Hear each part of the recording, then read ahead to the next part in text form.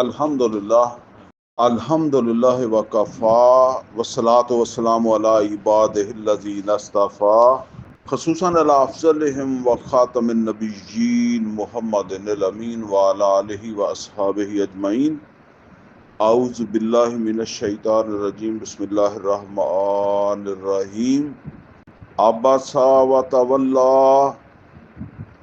ان جاءہ الاعمی وما يدرك لعله يزكى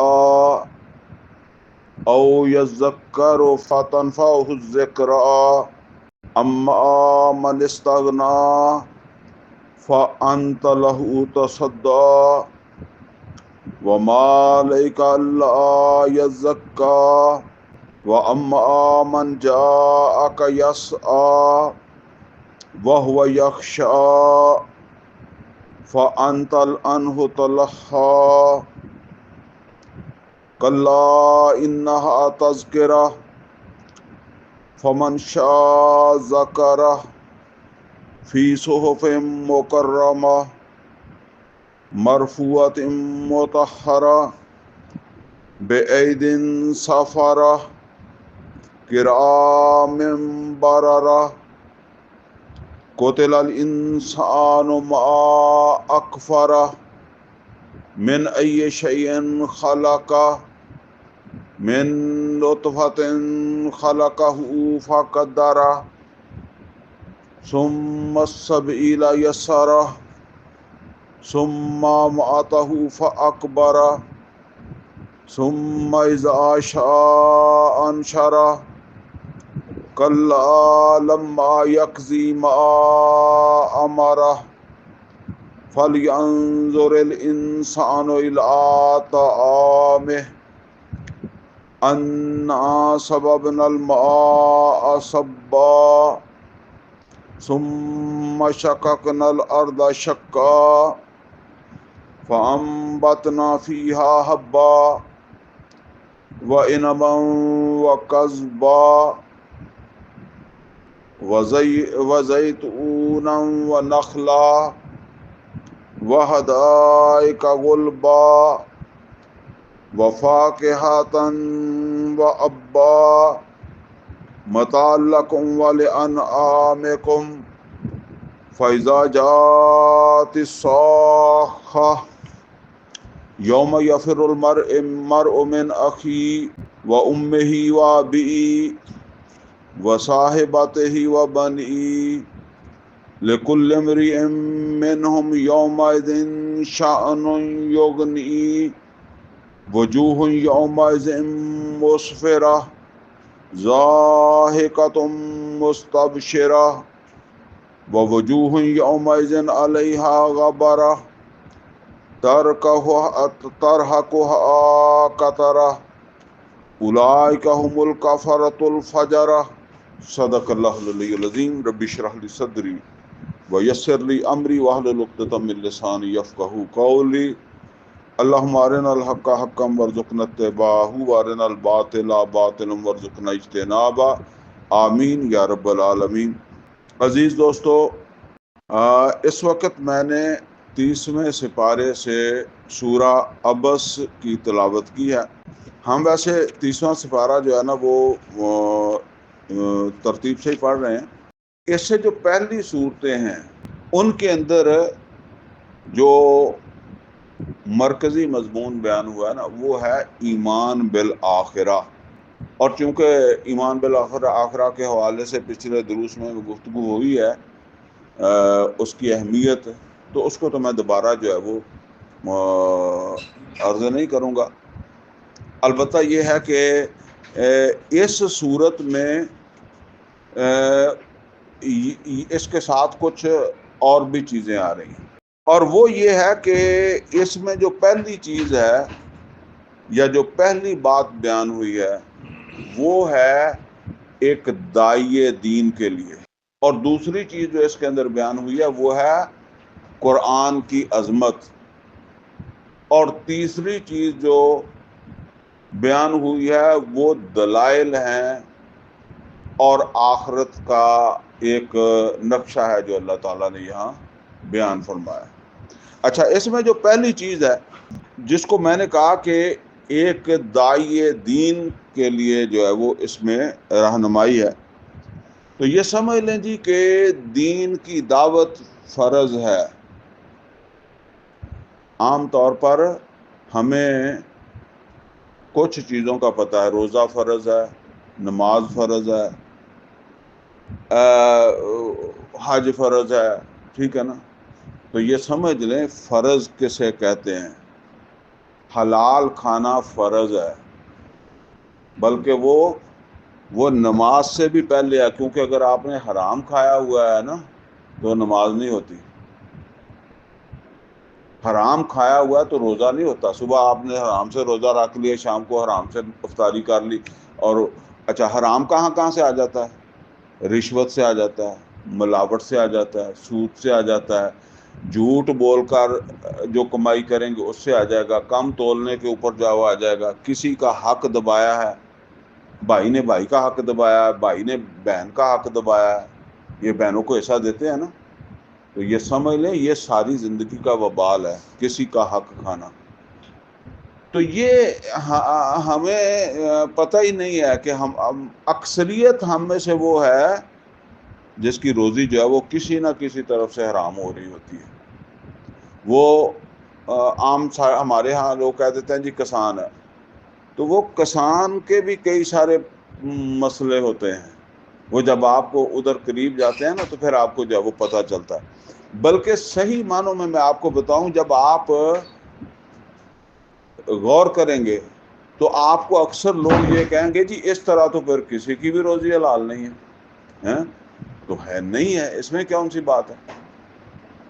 تو یہ روزی حلال نہیں ہے، حرام ہے، کعبے میں کھڑے ہوئے کو بھی کوئی ویلیو نہیں ہے۔ نبی صلی اللہ علیہ وسلم نے ایک حدیث میں فرمایا کہ ایک آدمی جو ہے وہ کعبے کے پردے پکڑ کر جو ہے وہ یا اللہ کہتا ہے، اللہ اس کی دعا نہیں سنتا، اس کی طرف دھیان نہیں کرتا، اس کا کھایا ہوا حرام کا، اس کا پہنا ہوا حرام کا، اس کی پرورش حرام سے ہوئی ہے۔ تو میں اصل میں بتا رہا تھا کہ بہت سارے فرائض ہیں جن کا ہمیں اکثر پتہ نہیں، ہم اسے ڈسکس ہی نہیں کرتے۔ یہ فرائض آپ جمعہ میں کبھی اس طرح نہیں سنیں گے۔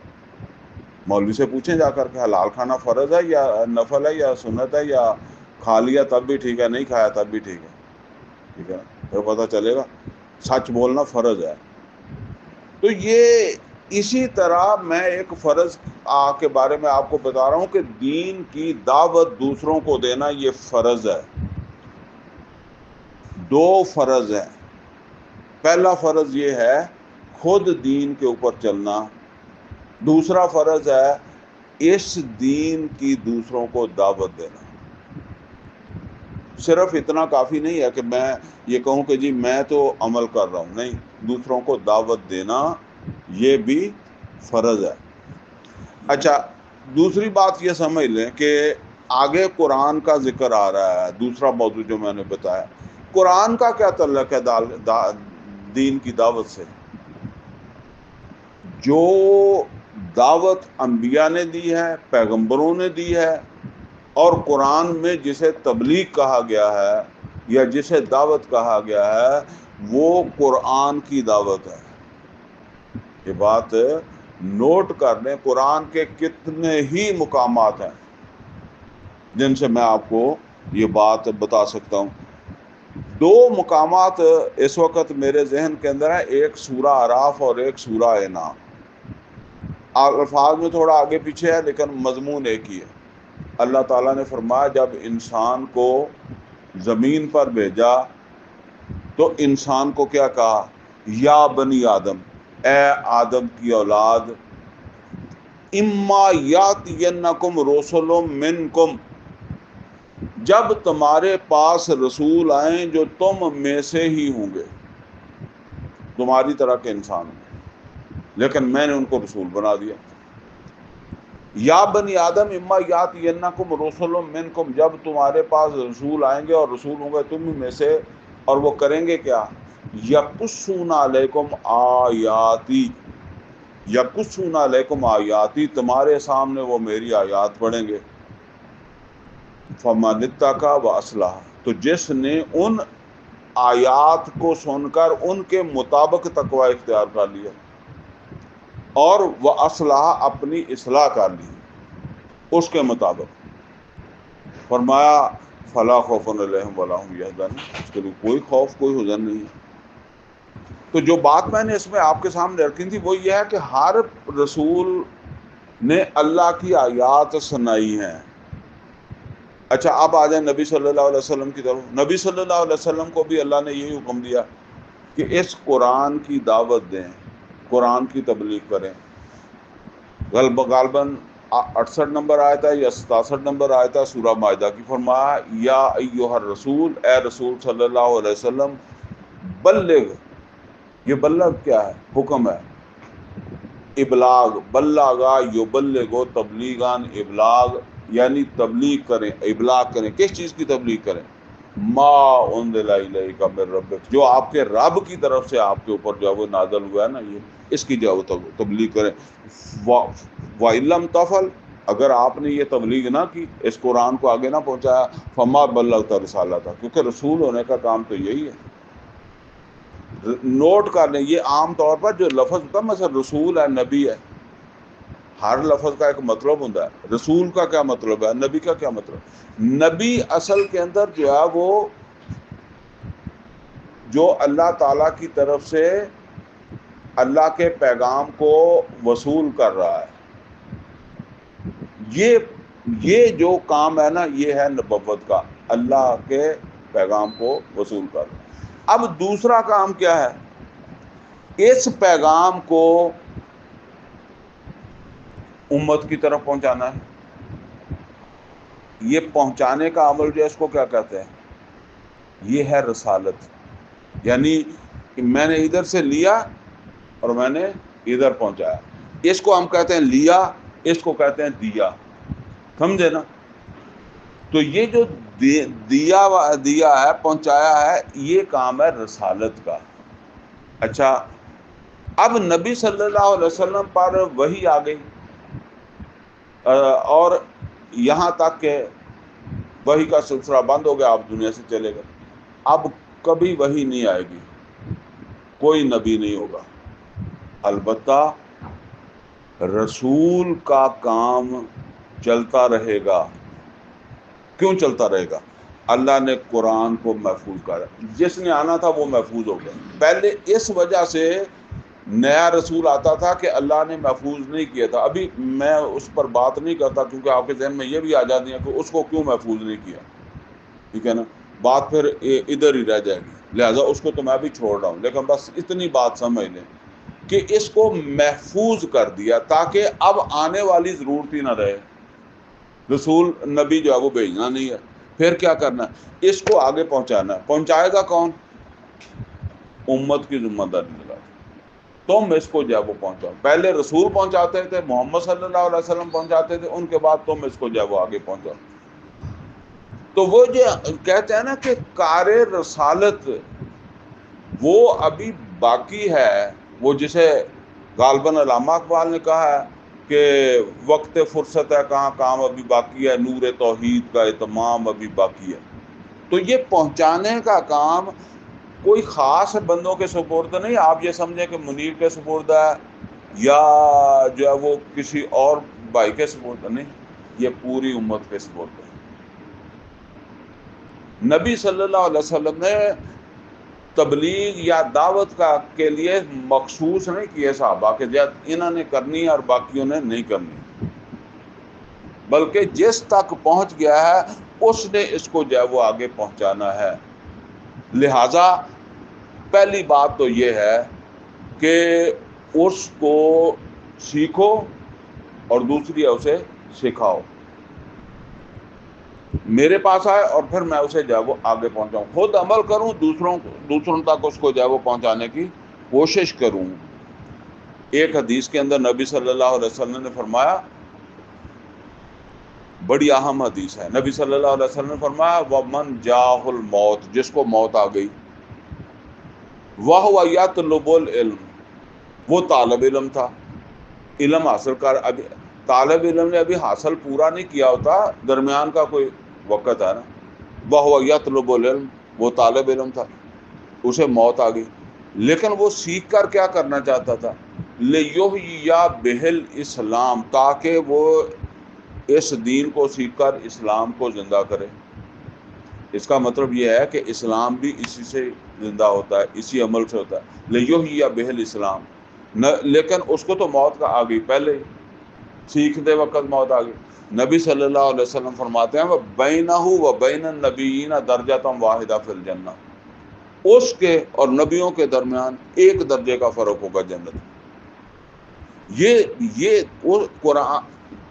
اچھا، باقی چیزیں بھی آپ سمجھ لیں کہ باقی جو کچھ بھی ہوگا نا وہ بعد میں ہے، جو رسولوں کی تبلیغ ہے یا محمد رسول اللہ صلی اللہ علیہ وسلم کی تبلیغ ہے، جو فرض ہے وہ ہے اس قرآن کو جو ہے وہ آگے، اس کو جو ہے وہ آگے پہنچانا۔ خیرکم من تعلم القرآن وعلمہ، تم میں سے بہترین لوگ وہ ہیں جو قرآن کو سیکھیں اور اسے آگے جو ہے وہ سکھائیں۔ نبی صلی اللہ علیہ وسلم نے، جیسے میں نے پہلے بھی عرض کیا کہ مخصوص لوگوں کو ذمہ داری نہیں دی، یہ پوری امت کو ذمہ داری دی ہے۔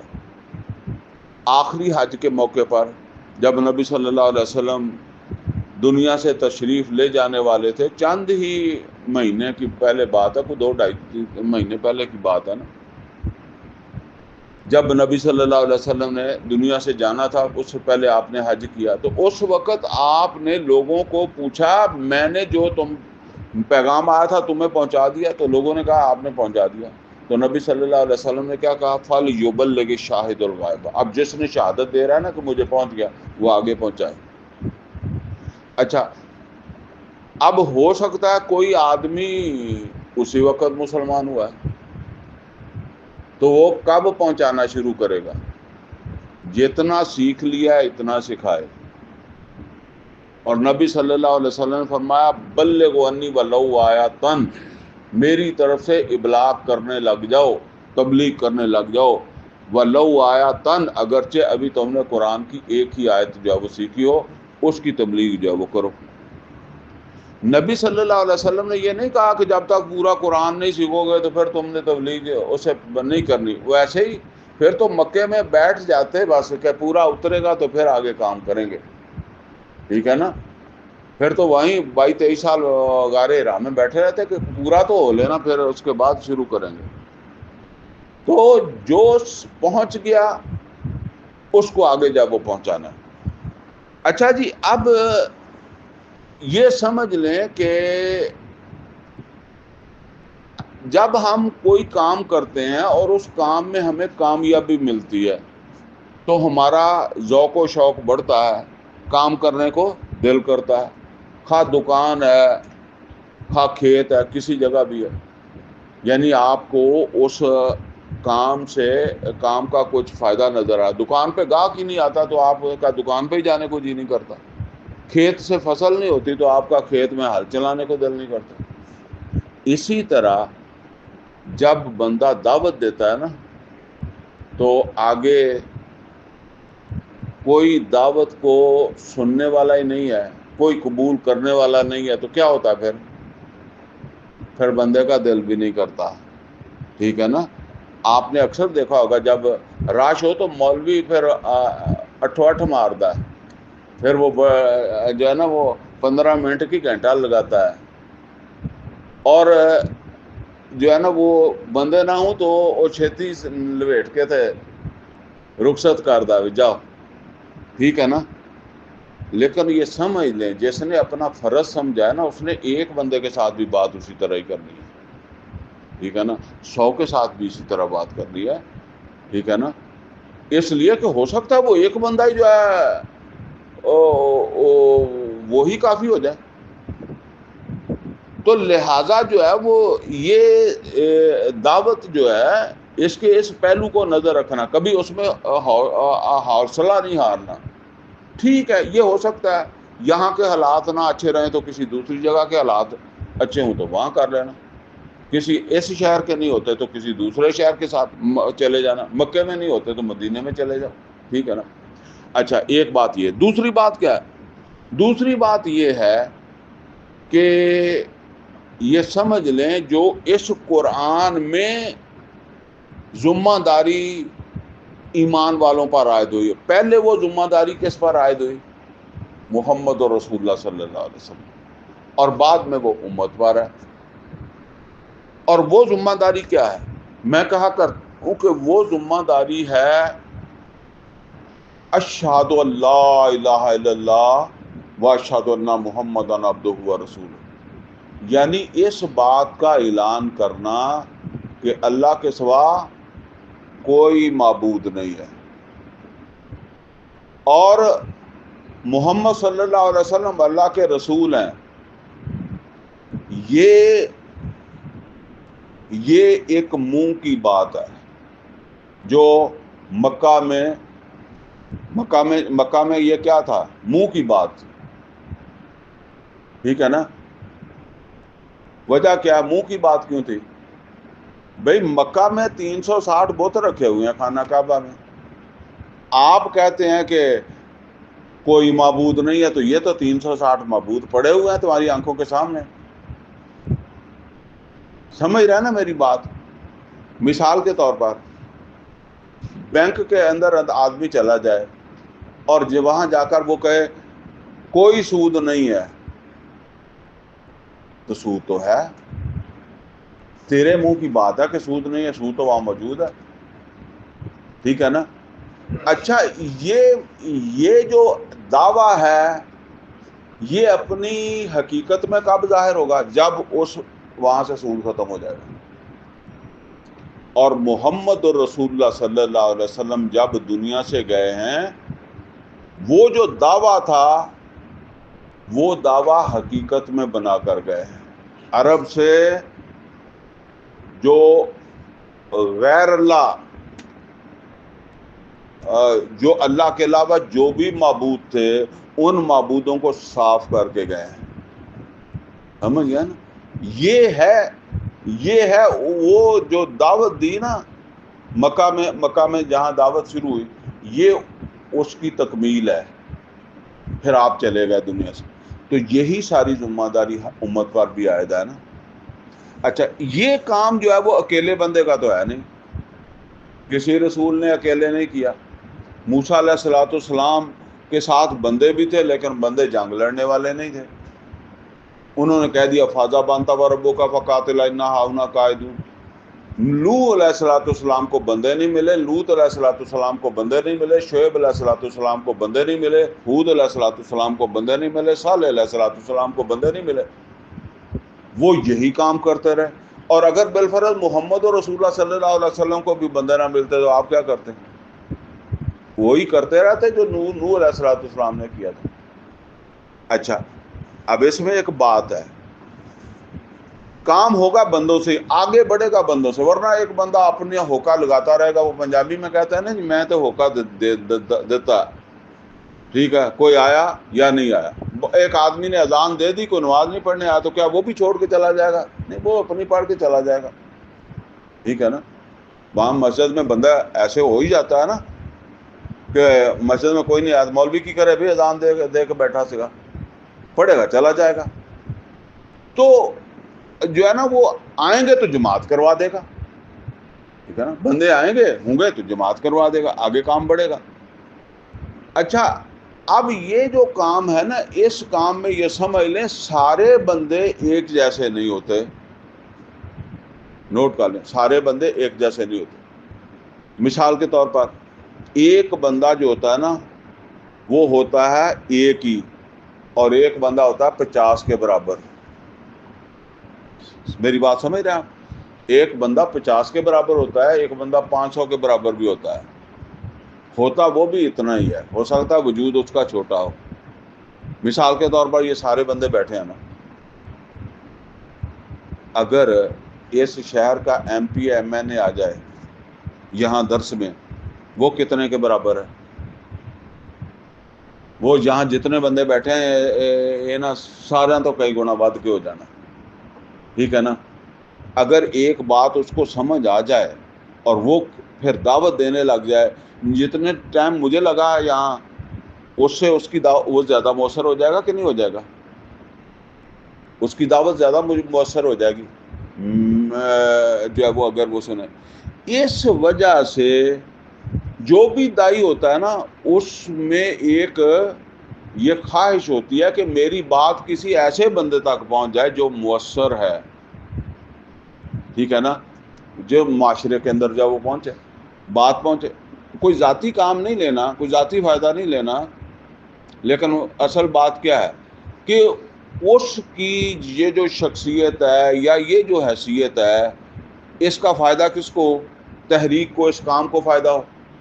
اسی لیے نبی صلی اللہ علیہ وسلم نے دعا کی کہ اللہ تو اس دین کی ترقی کے لیے 2 آدمیوں میں سے ایک تو مجھے دے دے. ایک عمر بن حشام جس کو ہم ابو جہل کہتے ہیں, اور دوسرا عمر بن خطاب رضی اللہ تعالیٰ عنہ. حالانکہ دونوں مسلمان نہیں ہیں. کبھی آپ نے جو سوچا کہ کبھی بلال رضی اللہ تعالیٰ عنہ کے لیے یا کسی دوسرے آدمی کے لیے, کوئی سلیمان فارسی کے لیے کبھی دعا کا ذکر آیا؟ کیوں ذکر آیا؟ اس لیے کہ یہ ایک بندہ 1000 برابر ہے, اور وہ دوسرا بندہ وہ بس ٹھیک ہے, گنتی تو اس کی ہے, ٹھیک ہے نا, ایمان تو لایا ہے. اچھا پھر یہ سمجھ لیں, پھر جب ذمہ داریاں ادا کرنی ہوتی ہے تو ہر آدمی ذمہ داری والا نہیں ہوتا. تقویٰ ہو سکتا ہے, نمازی ہو سکتا ہے, داڑھی ہو سکتی ہے, سب کچھ ہو سکتا ہے, لیکن وہ کام نہیں کر سکتا. مثال کے طور پر آپ 10,000 بندہ اکٹھا کر لیں, وہ پٹھے والے اٹاں پاتے ہیں نا, پٹھے والے 10,000 آدمی اکٹھا کر لیں تو وہ 10,000 آدمی سے آپ فوٹا باز کو چلا سکتے ہیں؟ کسی کو تھانے دار بنا دیں, کسی کو پولیس میں رکھ لیں, کسی کو اے سی کی جگہ بٹھا دیں, کسی کو جو ہے وہ کسی اور جگہ جو ہے وہ واپڈا کا اسے ایکشین بنا دیں, تو یہ شہر آپ کا چل جائے گا؟ چلنا ہی نہیں ہے.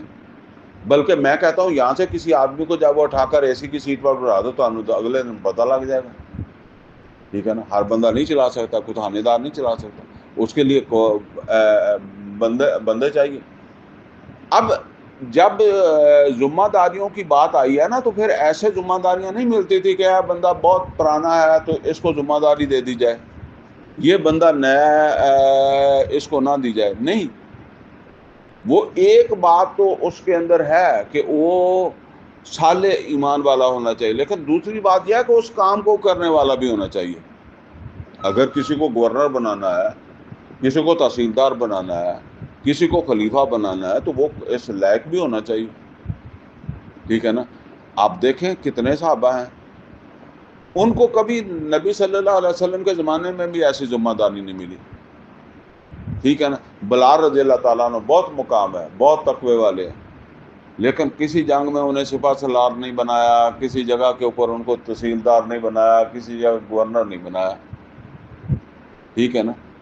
نبی صلی اللہ علیہ وسلم کے بعد جو خلیفہ بنے ہیں وہ خلافت کا بوجھ اٹھا سکتے تھے نا, ان کو اللہ کے رسول صلی اللہ علیہ وسلم نے بنایا ہے. تو یہ پھر لازمی بات ہے کہ ایسے بندے چاہیے ہوتے ہیں جو اس سسٹم کو جو ہے وہ چلا سکیں, ٹھیک ہے. اس کے بغیر وہ چل نہیں سکتا. لہٰذا دائی جو ہوتا ہے نا وہ دعوت تو دیتا ہے سب کو, لیکن اس کی نظر کس کے اوپر ہوتی ہے؟ ایسے بندوں پر جو با اثر ہوں, جن کی ذریعے سے یا جن کی وجہ سے جو ہے نا وہ دعوت کو زیادہ ترقی ملے, زیادہ لوگوں تک پہنچے, باصلاحیت لوگ جو ہے وہ اس کے اندر آئیں. یہ ایک اہم بات ہے جو میں اس وقت آپ کو سمجھا رہا ہوں.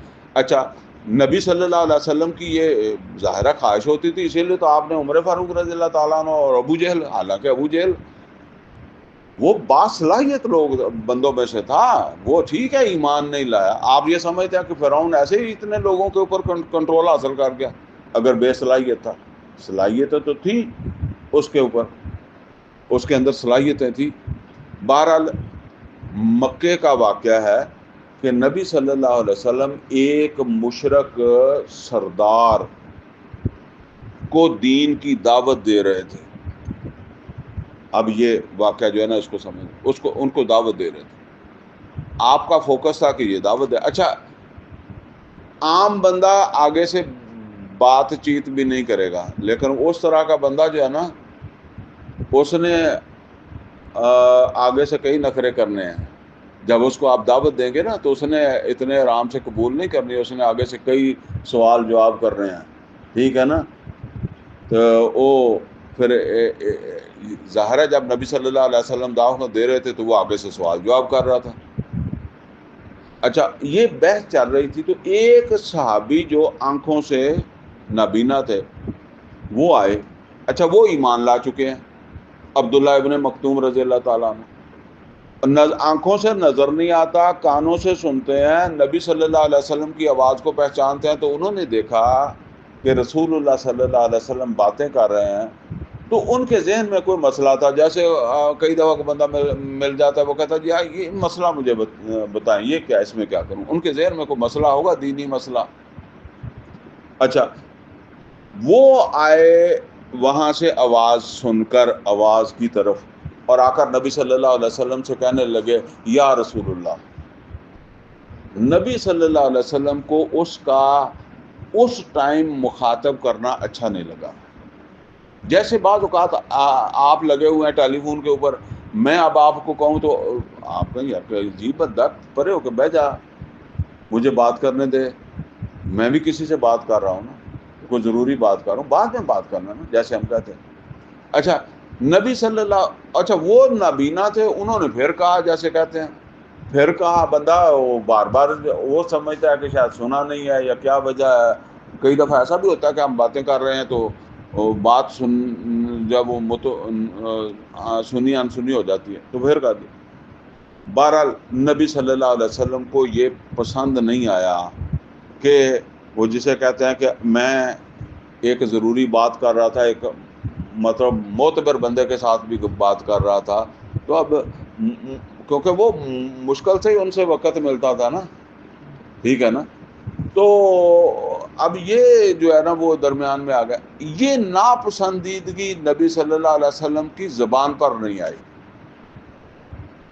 یہ صرف چہرے پر. جیسے آپ کہتے ہیں یار کوئی ناگوار چیز آ جاتے, آپ کو کیا لگتا ہے, یار متھے تے تھوڑا وٹ جا پی جاتا ہے, کہتے ہیں یار وہ متھے تے وٹ تے پی گیا سی گل سن کے یا گل کر کے.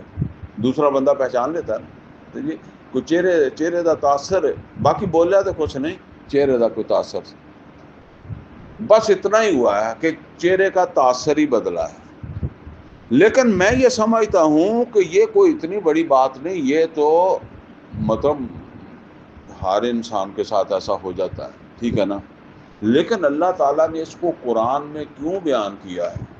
قرآن میں اس لیے بیان کیا ہے کہ یہ کام آگے امت نے بھی کرنا ہے, لہٰذا اس کام کرنے والوں کو یہ بتایا جائے کہ تم نے اس میں بیلنس بھی رکھنا ہے. ہوتا کیا اصل کے اندر, وہ تو تھے نابینا. عام طور پر کیا ہوتا ہے, عام طور پر یہ ہوتا ہے کہ جب آپ کسی آدمی کو کوئی پروٹوکول دینے لگ جائیں, ٹھیک ہے نا. پروٹوکول آپ کیوں دیں گے, ٹھیک ہے نا. کوئی بڑا آدمی آ گیا, ارشد لیڈر ادھر ہی آ جائے تو پروٹوکول تو دینا پڑے گا, انہوں کہنا پائے گا ایتھے بیٹھو جی, ایتھے بیٹھو. ہاں پتہ نہیں, ویسے میں تینوں دیکھا نہیں لیکن سنیا ہی کر کے میں کہنا وا کہ شاید پروٹوکول والا ہی ہوئے گا. ہاں باقی میں تو اج تک کبھی شکل بھی نہیں دیکھی تو نہ انہوں کبھی ملیا. تو مطلب یہ ہے کہ اس میں ہمارا کوئی مقصد تو نہیں ہو سکتا, یہی ہو سکتا ہے نا یار یہ بات اس کو سمجھ آ جائے گی تو جتنا اس کا ہلکا ہے اس میں یہ بات پہنچ سکتی ہے, ہمارا تو ہلکا ہی نہیں ہے. ہم تو فون کر کے بندوں کو سب بلاتے ہیں تو اے بندے آندے ہیں, ٹھیک ہے نا. تو بندے اس کے پاس خود چل کے آئیں گے. تو اب یہ جو ہے نا وہ یہ اس لیے یہاں اللہ تعالیٰ نے بیان کر دیا ہے کہ جب اس طرح کی بات ہوتی ہے نا تو وہ دوسرے لوگوں کو یہ محسوس ہونے لگ جاتا ہے کہ ساڈی ویلیو کوئی نہیں, ٹھیک ہے نا. مثلاً کوئی بندہ ایسا آ جائے تو میں تھوڑا سا اس کو پروٹوکول دے دوں تو باقی بندے نے کیا سوچنا, انہوں نے کہنا یار یہ بھی ਜਿਹੜਾ ਨਾ ਉਹਦੇ ਪੈਸੇ ਦੀ وجہ ਤੋਂ یا اس کی حیثیت کی وجہ سے. اب میرے دل کو تو آپ نے دیکھنا نہیں ہے کہ میری تو مطلب کوئی جو ہے نا وہ ایسی چیز نہیں ہوتی. بھئی یہ ہوتا ہے کہ جو آدمی ذرا ہو تو اس کو میں تھوڑا سا اپنے دل میں بھی سوچتا ہوں کہ چلیں اللہ کی بات ہے نا، دین کی بات ہے، پہنچے گی آگے. ایک عام آدمی ہے اس سے وہ اپنا ہی آ جاتا ہے تو اتنا ہی بڑا. تو اس میں ان کے دل میں ایک بات آ جاتی ہے کہ یار ساڈی کوئی ویلیو نہیں، ویلیو تو اتنے ایداں دے بندیاں دی ہے. تو اس میں کوشش کرنی ہے کہ اس کی کوئی حوصلہ شکنی بھی نہ ہو. جو عام آدمی آیا ہے نا اس کا بھی تھوڑا لحاظ رہ جائے. مطلب زیادہ ظاہر بات ہے کہ وہ ایک مزدور آدمی ہے، اس کو آپ اس کے کہنے پر کسی نے آنا نہیں ہے، وہ کسی کو بات آگے سمجھا نہیں سکتا. کوئی چودھری صاحب آ گئے ہیں وہ بات بھی سمجھا سکتے ہیں اور وہ کو 10 بندے بھی لا سکتے ہیں. تو آپ اس کو پروٹوکول اس وجہ سے دے رہے ہیں نا. تو لیکن اس میں اس کا بھی تھوڑا رکھنا ہے کہ اس کا بالکل اس کے دل کے اندر جو ہے جسے کہتے ہیں کوئی ایسی بات نہ آ جائے، اور عام طور پر ہی آ جاتی ہے. اور یہ صرف ہماری بات نہیں ہے، یہ پیپل پارٹی بھی کرے گی، مسلم لیگ بھی کرے گی، تحریک انصاف بھی کرے گی، ایسے لوگوں کو پروٹوکول دے گی. ٹھیک ہے نا. آپ دیکھیں جو سیاسی پارٹیاں ہیں وہ جب آتے ہیں تو وہ کن لوگوں کو پرائرٹی دیتے ہیں؟ ایسے لوگوں کو دیتے ہیں. کیوں؟ اس سے ہماری پارٹی مضبوط ہوگی، ہمارے کام کو جو ہے وہ بڑھوتی ملے گی. وہ کسی مزدور پٹھا مزدور کو چلے جانا اور اس کو جو ہے وہ اس نے کیا کرنا ہے. ٹھیک ہے نا. یہ بات ہے جو اللہ یہاں سمجھا رہا ہے دعوت دینے والوں کو. لیکن نبی صلی اللہ علیہ وسلم کا حوالہ دے کر فرمایا، بس اب جلدی سے ہم اس کو پڑھتے ہیں، عباسا و تولا، ناگواری کا اظہار کیا. ناگواری کہاں آئی؟ چہرے پر. نبی صلی اللہ علیہ وسلم. اور اس سے رخ پھیرا. کس سے؟ وہ نابینا صحابی سے. اور اس کے ساتھ بات کرتے رہے. کس کے ساتھ؟ وہ جو سردار تھا مشرک. انجاہ العامہ، کہ ان کے پاس آ گیا ایک نبینا. وما یدریک لعلہ یزکا، اور اللہ تعالیٰ فرماتا ہے کہ آپ کو کیا علم کہ وہ تزکیہ کرنا چاہتا ہو. یعنی جیسے ہم کہتے ہیں کہ وہ کوئی مسئلہ پوچھنا چاہتا تھا اور مسئلہ آپ بتا دیتے تو مطلب وہ اس کی نیت تھی کہ مجھے سمجھ آ جائے تو وہ اس کی اصلاح ہو جاتی، جیسے ہم کہتے ہیں. ٹھیک ہے. فرمایا او یذکرو فتنفعہ الذکر، یا یہ ہے کہ وہ نصیحت قبول کرتا، یعنی نصیحت قبول کر لیتا، آپ اس کو نصیحت کرتے تو آپ کی نصیحت اس کے لیے فائدہ مند ہو جاتی. لیکن آپ نے اس کو توجہ نہیں دی، جیسے کہتے ہیں. اما من استغنا، اور جو پرواہ نہیں کر رہا. اب ظاہر ہے وہ جو جس کے ساتھ گفتگو ہو رہی تھی وہ تو توت کار کر کے بات کر رہا ہوگا نا. یہ آپ آ کر کہہ رہے ہیں اے اللہ کے رسول، تو وہ تو رسول مانتا ہی نہیں ہے. ٹھیک ہے نا. وہ تو اس کو تو سمجھایا جا رہا ہے، ایک دعوت دی جا رہی ہے. ٹھیک ہے نا. تو فرمایا جو آپ پرواہ نہیں کرتا، فأنت لہ تصدیٰ، تو آپ اس کی فکر کرتے ہیں. کیسے کرتے ہیں؟ یعنی اس کو اہمیت دیتے ہیں، اس کی فکر کرتے ہیں. وما علیک اللہ یزکا، آپ کے اوپر اس کی ذمہ داری نہیں ہے کہ آپ لازماً اس کا تزکیہ کر دیں. یعنی یہ سمجھ ایک حد تک اس کو آپ پروٹوکول دیں، بہت زیادہ ہی اس کے پیچھے پڑ جانا وہ بھی نہیں ہے. ٹھیک ہے نا. یہ پھر ہاں کیونکہ وجہ یہ ہے کہ اسے سمجھ آ جائے، پھر نہیں مانتا تو نہیں مانے. ٹھیک ہے نا. تو کتنے لوگ ایسے ہوتے ہیں جن کو سمجھ نہیں ہوتی تو مخالفت کرتے ہیں، سمجھ آ جائے تو پھر وہ کہیں زیادہ جو ہے وہ عمر فاروق رضی اللہ تعالیٰ عنہ کی طرح جو ہے وہ کام کرنے والے ہوتے ہیں. فرمایا وَأَمَّا مَنْ جَاءَكَ يَسْعَىٰ، اور وہ جو بڑی کوشش کر کے، صحیح کہتے ہیں نا وہ جو حج پہ جاتے ہیں صحیح دوڑ بھاگ، یعنی یہ وہ جو آدمی تھا اس کو نبی صلی اللہ علیہ وسلم اس تک پہنچے ہیں اور اس کو دعوت دے رہے ہیں. اور یہ جو آدمی آیا نابینا، یہ خود کوشش کر کے آیا. پھر اس کی کوشش کیا ہے، یہ اسے تو نظر بھی نہیں آتا، کانوں کے ذریعے سے پہنچا ہے، جیسے ہم کہتے ہیں اکھاں کے ذریعے پہنچا، لیکن یہ تو کانوں کے ذریعے پہنچا ہے۔ وَأَمَّا مَنْ جَاءَكَ، یسا جو آیا بڑی کوشش کر کے آپ کے پاس، وَهُوَ يَخْشَىٰ، اور پھر اس کے دل میں اللہ کی خشیت بھی ہے، اللہ سے ڈرنے والا بھی ہے، فَأَنْتَ عَنْهُ تَلَهَّىٰ، تو آپ نے اس سے تغافل کیا، یعنی جیسے کہتے ہیں توجہ نہیں، آپ نے اس پر توجہ نہیں دی۔ کلا، ایسا نہیں ہونا چاہیے، جیسے ہم کہتے ہیں اے گل ٹھیک نہیں، ایدا نہیں ہونا چاہیے۔ کلا انہا تذکرہ، یہ قرآن تذکرہ ہے، یہ نصیحت ہے، یہ جو ہے وہ کوئی ایسی چیز نہیں ہے کہ آپ اس کو جیسے کہتے ہیں کہ وہ، میں نے بتایا نا کہ میں نہیں سمجھتا کہ نبی صلی اللہ علیہ وسلم اس حادثے سے زیادہ جا رہے تھے، لیکن ایک بات سمجھا رہے تھے تو ایک واقعہ ہو گیا امت کو سمجھانے کے لیے اللہ نے یہاں بیان کر دیا۔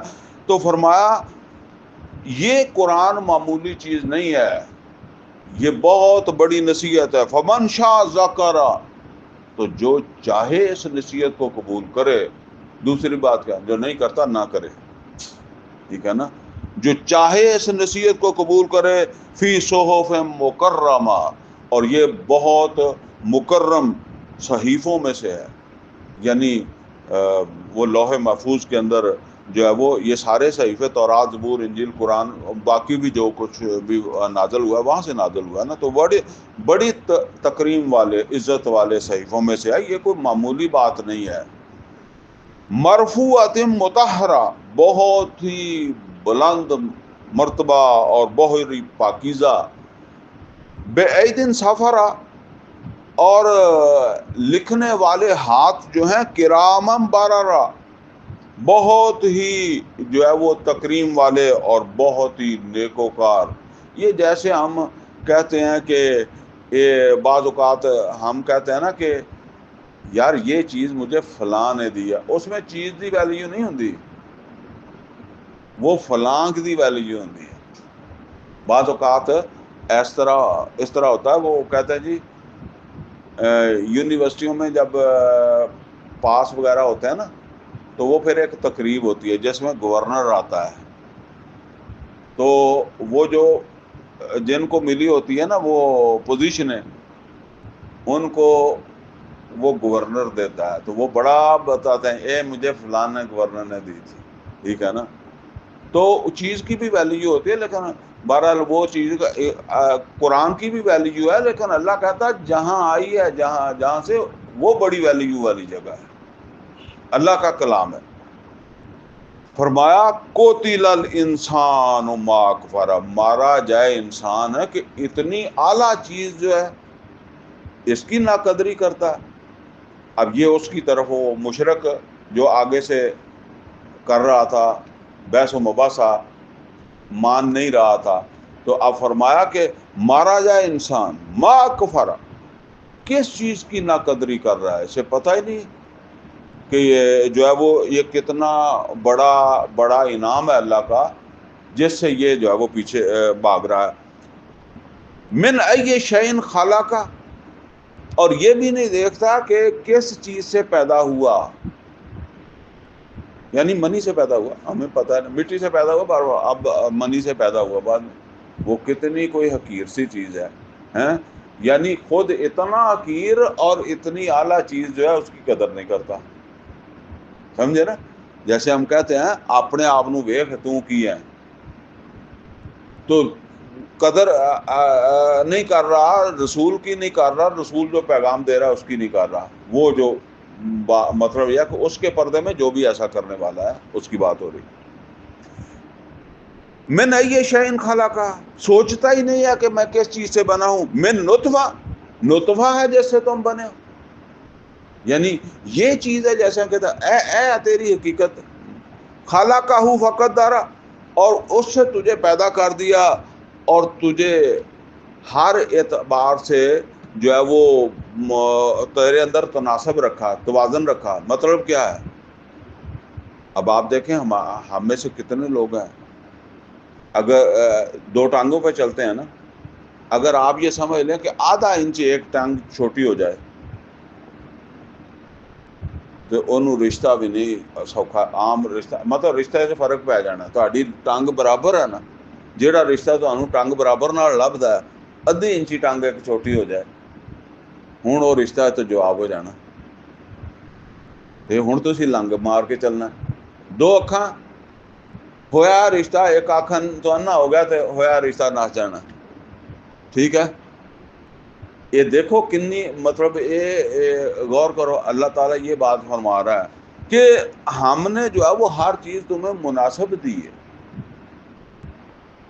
ثم سبیلا یسرا پھر تمہارے لیے جو ہے وہ کتنی آسانی کر دی ہے اس زمین کے اوپر جو ہے وہ سانس لینا ہے تو آکسیجن ملتی ہے پانی پینا ہے تو اوپر سے برس پڑتا ہے پیٹ بھرنا ہے تو روزی کے کئی سارے زمین سے جو ہے وہ ذخائر جو ہے وہ نکل جاتے ہیں تو بارہ ہاتھ پاؤں مار کے اپنا ہر ضرورت پوری کر لیتے ہو نا کتنا آسان بنا دیا چاند کے اوپر مریخ کے اوپر کہیں زندگی کا کوئی اثار پانی کے نیچے جو جاتے ہیں اپنی آکسیجن سانس لے کر جاتے ہیں جو چاند پر جاتے ہیں اپنی روزی یہ نہیں کہ وہاں سے روزی لے لیں گے وہاں سے پانی لے لیں گے یا وہاں سے سانس کے لیے آکسیجن لے لیں گے لے کر جاتے ہیں اب تک تو کم از کم کیافے اور چیزیں ہیں لیکن کوئی دعویٰ نہیں ہے ایسا جس کو آپ کہیں یہ دعویٰ وہ حقیقت ہے کہ فلاں جگہ پہ پانی ہے اور فلاں جگہ پر انسان رہ سکتا ہے اور فلاں جگہ پر ایسا ہو سکتا ہے انسان کی رسائی تو نہیں تو پھر یہ زمین اتنے اہتمام سے بنائی ہے کہ یہاں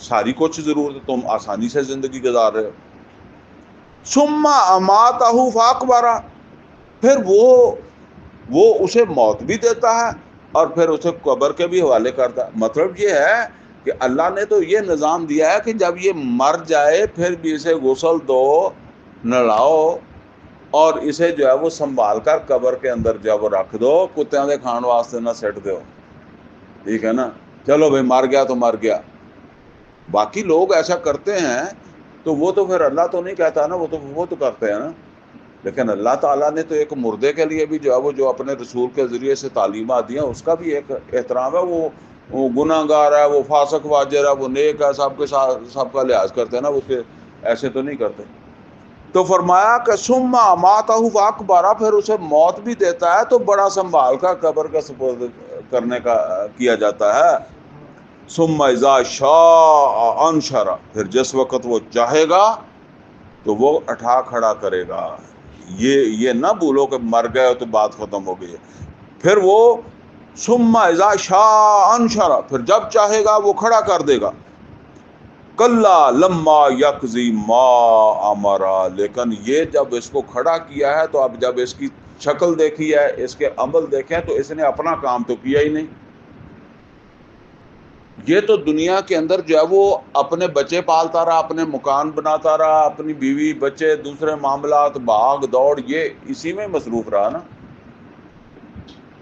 دیکھیں محمد اور رسول اللہ صلی اللہ علیہ وسلم نے اپنا کام کیا پیٹ پر 2 پتھر باندھ کے آپ بہترین تاجر تھے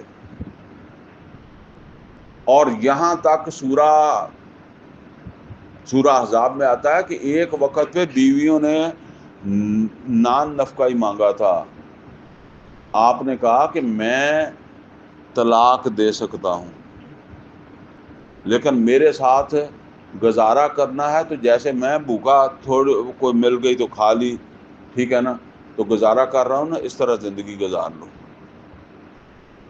بیویوں کو کہہ دیا یہ آپ اندازہ کریں نان نفقہ مرد کی ذمہ داری ہوتی ہے نا تو اس سے کہا کہ بھئی میرے ساتھ اگر تو اسی طرح گزارا ہوتا ہے تو کر لو نہیں تو میرے سے طلاق لے لو کسی اچھے وسائل والے کے ساتھ شادی کر لو تمہارا مسئلہ حل ہوتا ہے ٹھیک ہے نا تو کسی بیوی نے یہ نہیں کہا کہ ہم طلاق لے کر جانا چاہتے ہیں لیکن یہ تو اب اس کا مطلب یہ ہے کہ کوئی چیز بہت اہم ہے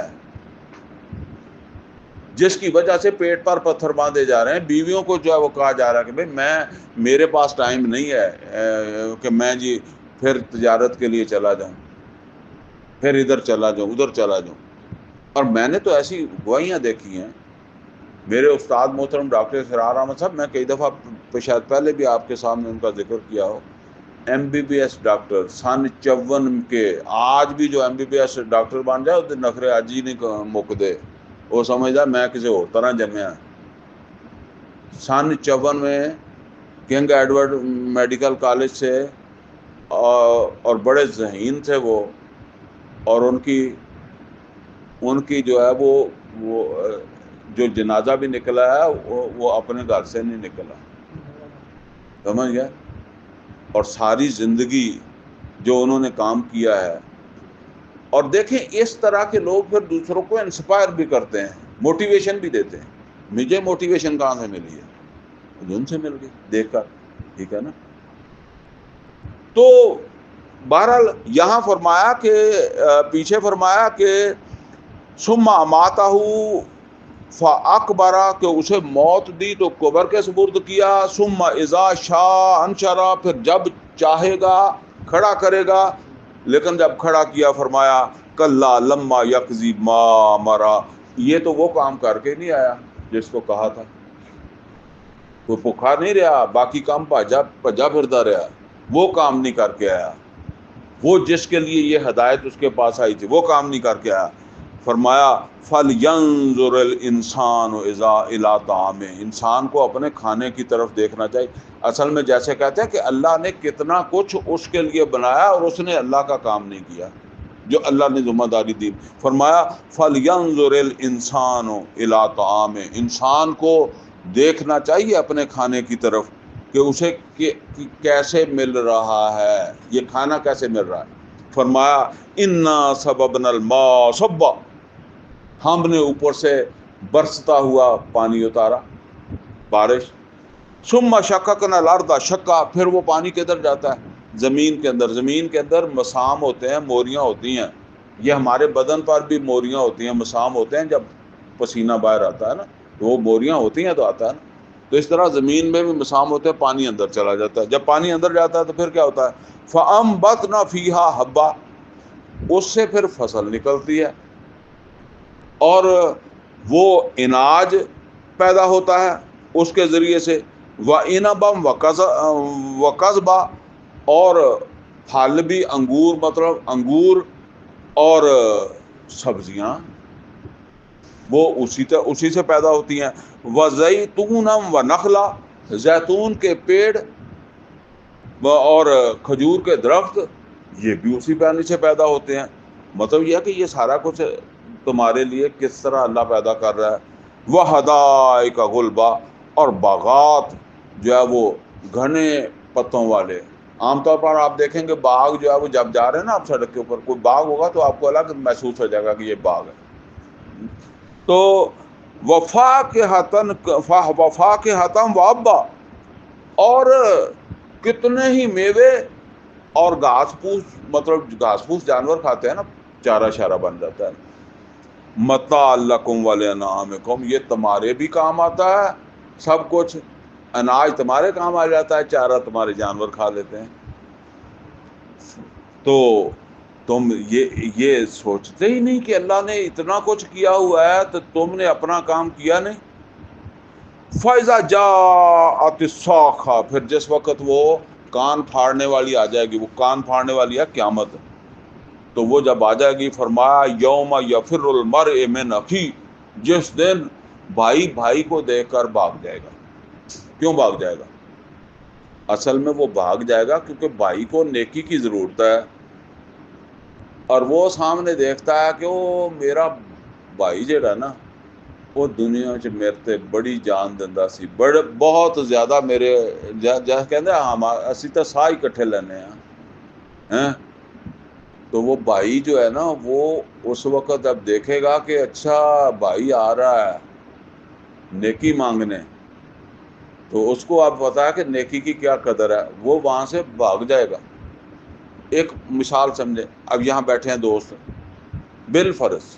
فرض کریں میں کوئی ایسی بات ہو جاتی ہے، کوئی آدمی آ کے کہتا ہے، کسی آدمی کو کہتا ہے جی فلاں جگہ تیرے بھائی کے ساتھ لڑائی ہو گئی ہے، وہ انتظار نہیں کرے گا کہ درس ختم ہو جائے میں پھر جاتا ہوں، وہ اس سے ویلے ہی اٹھے گا، پویں آئے تدھی رہندی ہو گئی، وہ پیروں تے کھڑو جائے گا، اور اگر اسے کوئی بندہ کہہ بھی درس سن کے چل رہا ہو کہ یار درس تو سن اگلی باری سن لواں گے، تو وہ مسئلہ میں حل کرتا ہوں، میرا بھائی ہے، بیٹا ہے، جو بھی ہے، ٹھیک ہے نا، کوئی پرابلم بنا ہوا ہے، میں ادھر جاتا ہوں، وہ زیادہ اہم ہے، امپورٹنٹ ہے، ٹھیک ہے نا۔ اللہ تعالیٰ فرما رہا ہے کہ یوم یفر المرء من اخی، جس دن ایک بھائی جو ہے وہ بھاگ جائے گا بھائی سے بھی، وَأُمِّهِ وَأَبِيهِ، اور وہ بھاگ جائے گا اپنی ماں کو دیکھ کر بھی اور اپنے باپ کو دیکھ کر بھی، جنہوں نے اسے پالا، کتنا سنبھالا، ٹھیک ہے، وَصَاحِبَتِهِ وَبَنِيهِ، اور بھاگ جائے گا بیوی کو آتا دیکھ کر بھی اور بیٹے کو بھی آتا دیکھ کر بھی، یعنی وہ جہاں بیٹے کے لیے بڑی قربانیاں دیتا تھا نا، اب وہاں وہ بیٹا آ کے کہے گا نا ابو جی، تو کہے گا بڑی تو تہاڈی میری محبت رہی ہے، وہ موقع نہیں دے گا، پہلے ہی بھاگ جائے گا دیکھ کر، اس سے فرار اختیار کرے گا۔ لِكُلِّ امْرِئٍ مِّنْهُمْ يَوْمَئِذٍ شَأْنٌ يُغْنِيهِ، اس دن ہر کسی کو ایک فکر کافی ہوگی، یعنی ایک فکر باقی فکروں سے آزاد کر دے گی، اور وہ فکر کیا ہے؟ میں چھوٹ جاؤں، بیوی جائے جہنم میں، باپ جائے، ماں جائے، بھائی جائے، جیڑا جائے، میں چھوٹ جاؤں۔ جس طرح آپ سمجھیں کہ ایک ٹینشن نے آپ کو ہر طرف سے فارغ کر دیا، ٹھیک ہے نا، وہ ایک ایسا بوجھ، ایک ایسا پرابلم اس کے اوپر، جسے عام طور پر کہتے ہیں نفسا نفسی، یہ نفسا نفسی اس کو کہتے ہیں، یعنی میں میری بچت، ٹھیک ہے نا، یہی اس وقت ہوگی، کسی طریقے سے میں چھوٹوں۔ لِكُلِّ امْرِئٍ مِّنْهُمْ يَوْمَئِذٍ شَأْنٌ يُغْنِيهِ، اس دن ہر کسی کو ایک فکر کافی ہوگی۔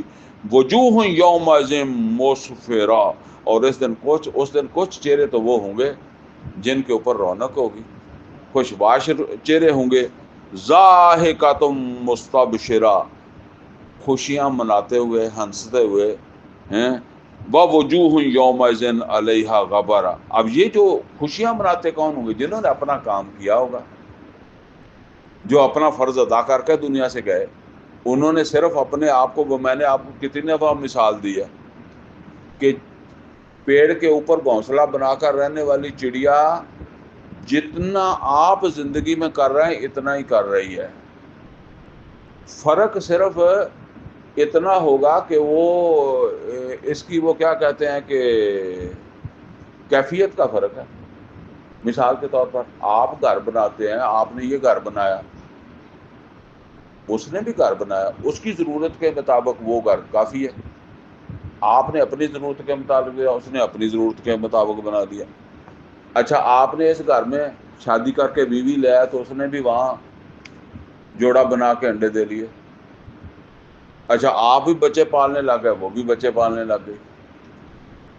جب آپ کے بچے جوان ہو گئے تو کوئی کراچی چلا گیا، کوئی لاہور چلا گیا، کوئی چلا گیا جی باہر گیا ہے، یو کے گیا ہے، تو آپ بیٹھے خوش ہو رہے ہیں، تو ان کے بچے جب جوان ہوتے ہیں وہ بھی سارے نو یو کے ہی بھیج دیں، جاؤ بھائی، ٹھیک ہے، وہ تو سارے نو بھیج دیں بغیر ویزے تو، اور ہر چیز اسی طرح کرتی ہے۔ تو پھر اشرف المخلوقات کس گل دا؟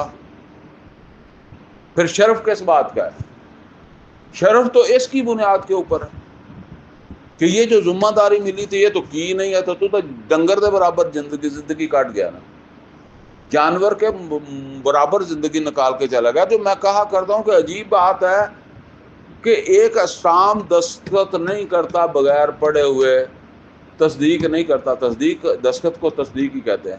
جب میں نے آپ کو ایک اسلام دیا اور آپ نے اس پر دستخط کر دیا تو جو کچھ اس میں تحریر ہے آپ نے تصدیق کر دی۔ کبھی کوئی میں نے بے وقوف نہیں دیکھا جس نے بغیر پڑھے دستخط کیے ہوں، کہتا جی میں خام خواہ پھنس جاؤں گا، ہاں؟ تو قرآن کی تصدیق کیسے کرتا ہے؟ تصدیق ہم بالقلب کرتا ہے، ویسے بھی کیسے کرتا ہے؟ پڑھ کر دیکھا ہی نہیں ہے۔ تو تصدیق آپ اس چیز کی تصدیق کر دیں گے جو آپ سمجھیں کہ ادنا میرے تے کوئی فرق نہیں پیدا، ٹھیک ہے نا۔ میں کوئی تحریر لاؤں تو آپ سے کہوں تو آپ یہ سمجھا کہ جی میرا کچھ نہیں اتنا بگڑتا، پھر آپ تصدیق کر دیں گے۔ تو پھر اس کا مطلب قرآن کی تو کوئی اہمیت ہی نہیں، ویلیو نہیں ہے، ساری زندگی ایسے گزار دی بغیر پڑھے۔ اور میں وہ کہا کرتا ہوں کہ میں اگر اس سے کہوں نا یہ ڈرائیور ہے اور یار اس کو تو ڈرائیونگ نہیں آتی، اتوں لا کے تھلے تک اگ لگ جائے گی۔ یہ الیکٹریشین ہے اور میں انہوں نے کہاں یار یہ بیچارے کتنے اس حد لے آئے، یہ تو کام ہی نہیں آتا، یہاں اتوں لا کے تھلے تک اگ لگ جائے گی۔ یہ ذمہ دار ہے؟ میں جب کہہ دوں یار یہ تو ہال نہیں بانا آتا، یہ اگ لگ جائے گی کہ میری کہ تو کداں یہ گل کہہ دیتی ہے۔ لیکن میں اگر یہ بات کہوں کہ یہاں کسی کو قرآن نہیں آتا، کسی کو اگ نہیں لگنی، کسی کو قرآن کی سمجھ نہیں، کسی کو اگ نہیں لگنی۔ وہ غیرت آ جائے کہ یار کیوں، اچھا مینو کیوں نہیں آندا؟ ذرا سوچیں اس بات کے اوپر، ویلیو ہی نہیں ہے، کوئی بےزتی ہوئی ہی نہیں ہے۔ بےزتی تو اس وقت ہوئی جب کہا ڈرائیونگ نہیں آتی، کہا ڈرائیور اس کو تار جو ہے وہ جوڑنی نہیں آتی، کہا الیکٹریشین ہے، اس کو اس نے بےزتی سمجھا نا۔ تو یہاں تو بےزتی کوئی ہوئی نہیں۔ تو فرمایا کہ اس دن کچھ چہرے جو ہیں وہ ہوں گے وجوہ یوم اذن علیہا غبارا، جن کے اوپر غبار ہوگا، سیاہ ہوں گے، جس طرح بڑے کوئی ایسا واقعہ ہو جائے تو چہرہ اڑ جاتا ہے نا، اڑے ہوئے چہرے ہوں گے، ترہقھا قطرہ، سیاہی چھائی ہوئی، اولئک ھم الکفرۃ الفجرہ، یہی ناشکرے تھے جن کے پاس اللہ کا پیغام پہنچا تھا، انہوں نے اس کی ناشکری کی اور یہ نافرمانی کرتے رہے، یہ گناہ گار ٹھہرے اللہ تعالیٰ کے ہاں، فاسق و فاجر جیسے کہتے ہیں نا، گناہ گار، یہ گناہ کیا اللہ تعالیٰ کے کلام کی ناقدری کر کے دنیا آ گیا۔ ہم نے تو اس کے لیے اتنا کچھ کیا ہوا تھا کہ مرا تو بھی اس کے لیے کہا کہ اس کا جنازہ پڑھو، تو یہ آ گیا خالی ہاتھ ہی، اپنے فرض کو اس نے پورا نہیں کیا۔ تو اللہ تعالیٰ سے دعا ہے جی کہ اللہ ہمیں قرآن کا فہم عطا فرمائے، عمل کی توفیق عطا فرمائے۔ اقول قولی ھذا واستغفر لی ولکم ولسائر المسلمین والمسلمات۔